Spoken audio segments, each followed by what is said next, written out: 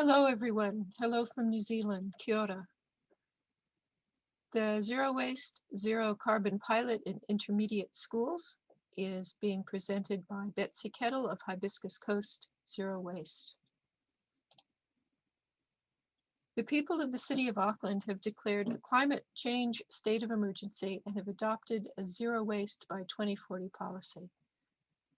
As a community initiative to address both these, our community enterprise, Hibiscus Coast Zero Waste, in conjunction with Kel Hartel and Monique Russell, have created a zero waste, zero carbon program being trialed at North Cross Intermediate School in Auckland. The program is being developed and tested by Monique Russell, originally from Canada, but now working in New Zealand as both a teaching facilitator and a curriculum developer, specializing in environmental education for intermediate age students. Monique is aware of the constraints of working with schools of over 1,000 students, generating 50 to 100 kgs of food scraps per week, with little space and low priorities and budget around composting and growing food on site.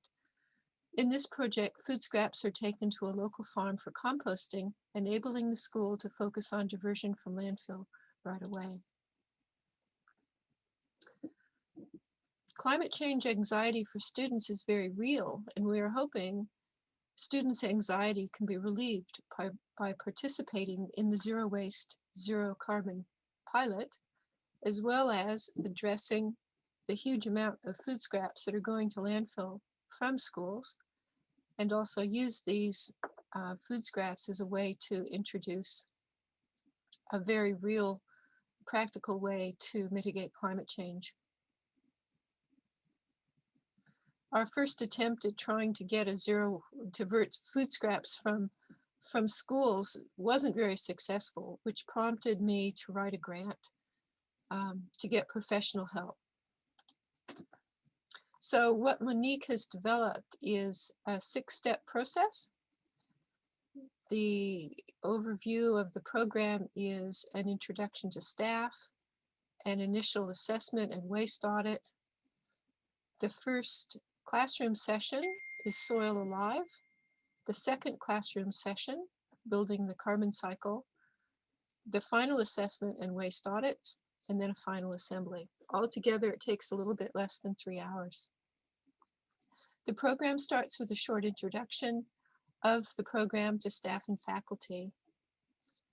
The next step is to establish an initial assessment so we understand the baseline levels of the students' attitudes, knowledge, and waste habits prior to starting. The third and fourth steps are a facilitated classroom session with environmental education contractors delivering 2 45-minute hands-on interactive sessions to each Year 7 class in the school. Step 5 is a final survey and waste audit, and the last step is a final assembly that announces the program results and involves the farmer thanking the students for their help and celebrating the success. Step 1, talking to the staff and faculty, we introduce the food scrap caddies and explain how each of these caddies will be going into the classroom. You can see that they have the classroom number on them and some instructions. All food scraps, no liquid, no plastic.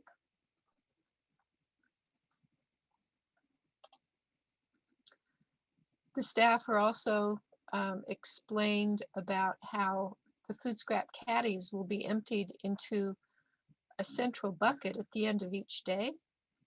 And then the one big bucket will be taken out by Kel's classroom out to the modified wheelie bin, which is a giant, now a bokashi bin with straps and woody mulch. And the food scraps begin their composting process in the wheelie bin as a bokashi system. The next step is the initial assessment and the waste audit. Here's the results of one of the audits that we've done for Murray's Bay Intermediate. They're generating about 16 kgs of food scraps a day, which equates to about 80 to 90 kgs of food scraps a week. And like North Cross, they have over 1,000 students. And this is a simple, you can see the simple assessment that we're asking the students to fill in before they start. The next step is the beginning of the facilitated classroom sessions. Each one of these is 45 minutes long. The first one is about the soil is alive. And what we want the students to get out of it is, why does soil matter? How can soil help fight climate change? And how can we help the soil? The first session also explains the Indigenous people's view of the soil and points out that there are more than 60 words in Te Reo Maori that describe the kinds of soil in New Zealand. The story of Mother Earth, Papatuanuku, tells us how all things were born from and nurtured by the earth, and the words and concepts of Turanga Waiwai and Tangata Whenua are introduced. Turanga Waiwai is translated as a place to stand, but implies a place where we feel especially empowered and connected. The earth and soil are our foundation, our place in the world, our home. And we, as people, are Tangata Whenua, people of the land, owing our sustenance and well-being to the land. The students engage in hands-on exercises in the first session, including studying fresh, healthy topsoil and looking for soil critters. It's important that the soil be very fresh, unsprayed, and taken from under living plants. Students also compare clay with topsoil, experiment with water holding capacity. The goals are to understand that soil is alive, healthy soil is like a sponge, and it is the carbon in the soil, in the form of soil life, that makes it healthy. One of the exercises is to compare the color of the soil to a soil chart to find there is a direct relationship to the darkness of the soil, the organic matter content, and the health of the soil. Healthy soil is dark brown and full of life. Healthy soil is full of carbon. From here, there's a series of short hands-on exercises focusing on understanding what carbon is, the carbon cycle, carbon dioxide in the atmosphere, the relationship between plants and photosynthesis, how plants pump carbohydrates into the soil to feed the soil food web, in which the soil microorganisms and soil fungi change the starches and sugars into different forms of soil carbon, thus building topsoil and improving soil health. To summarize this session, the students watched the YouTube clip, The Soil Story from Kiss the Ground, narrated by Larry Copold. This great 3-minute YouTube video explains how soil carbon in the atmosphere can be taken out by plants and pumped into the soil to draw down the carbon in the atmosphere and eventually balance the high carbon dioxide levels in the atmosphere by sequestering it in the soil in the form of soil carbon. The second 45-minute classroom session is about building a carbon cycle. And what we want the students to get out of this one is, what is the life cycle of our food? Where do your food scraps go?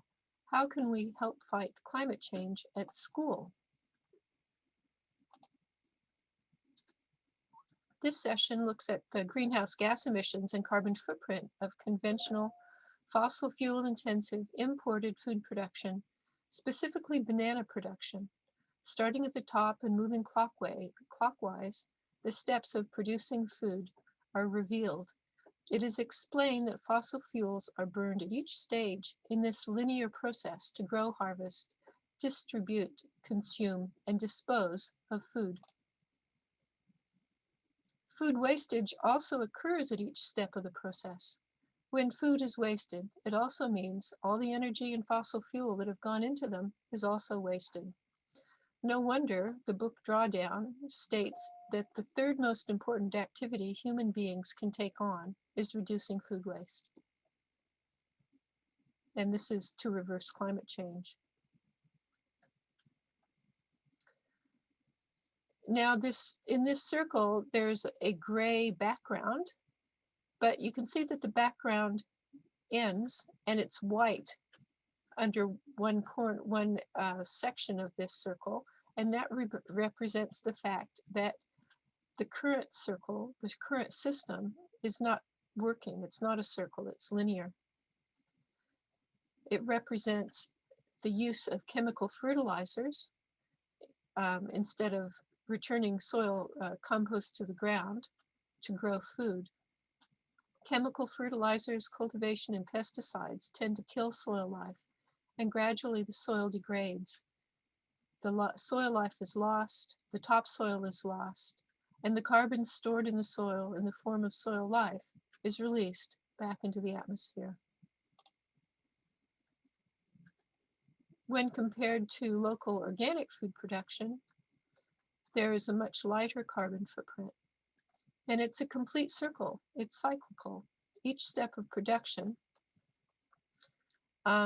either avoids, which is the white squares, or reduces as compared to conventional growing, those are the gray squares, or sequesters carbon, which is the brown squares.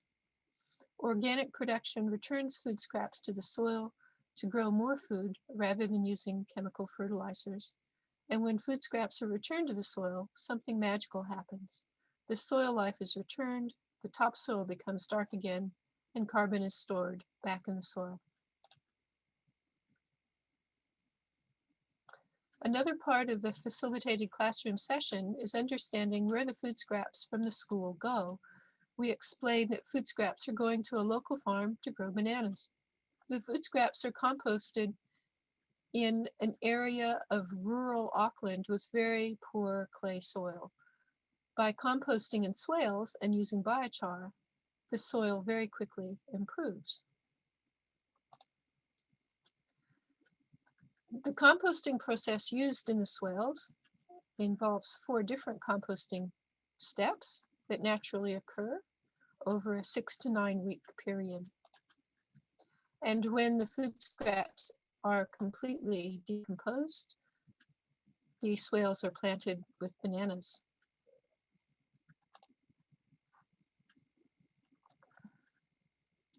They also learn how to use the classroom food caddies, and the students are encouraged to become food scrap monitors. The last part of the session is a group brainstorming session around anticipating potential problems, ways to make classroom food scrap collection work, things to consider, who to involve, basically an action learning cycle. The second session is summarized by watching the compost story. They learn how food waste in the landfill does not compost. Instead, it creates methane, which contributes to greenhouse gas emissions, and they also learn about different forms of composting.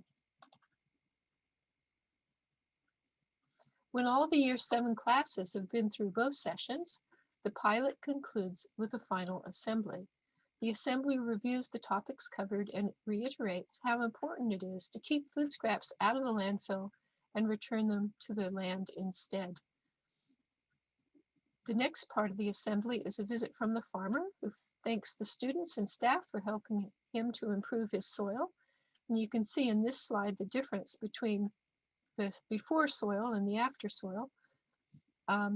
He thanks them for helping him improve his soil and make a positive contribution in terms of lessening his greenhouse gas emissions in the direction of climate change mitigation. The program closes with a 12.5-minute video by Tikawa Rob that explains zero waste in terms of the Maori world view.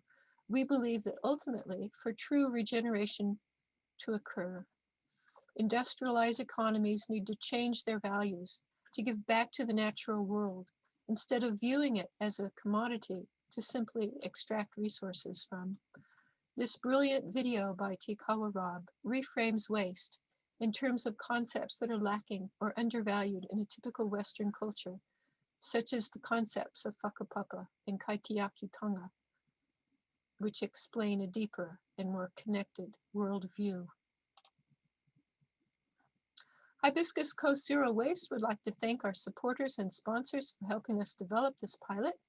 The Zero Waste, Zero Carbon program was made possible from a grant from Auckland Council, from Foundation North, from Hibiscus Bay's local board, from the Lion Foundation, and the Glass Packaging Forum. Thank you to Monique Russell, Kel Hartel, my husband David, and the students and faculty at North Cross Intermediate, and of course Phil and Jenny Granger. If you have any questions, feel free to contact me. Thank you very much.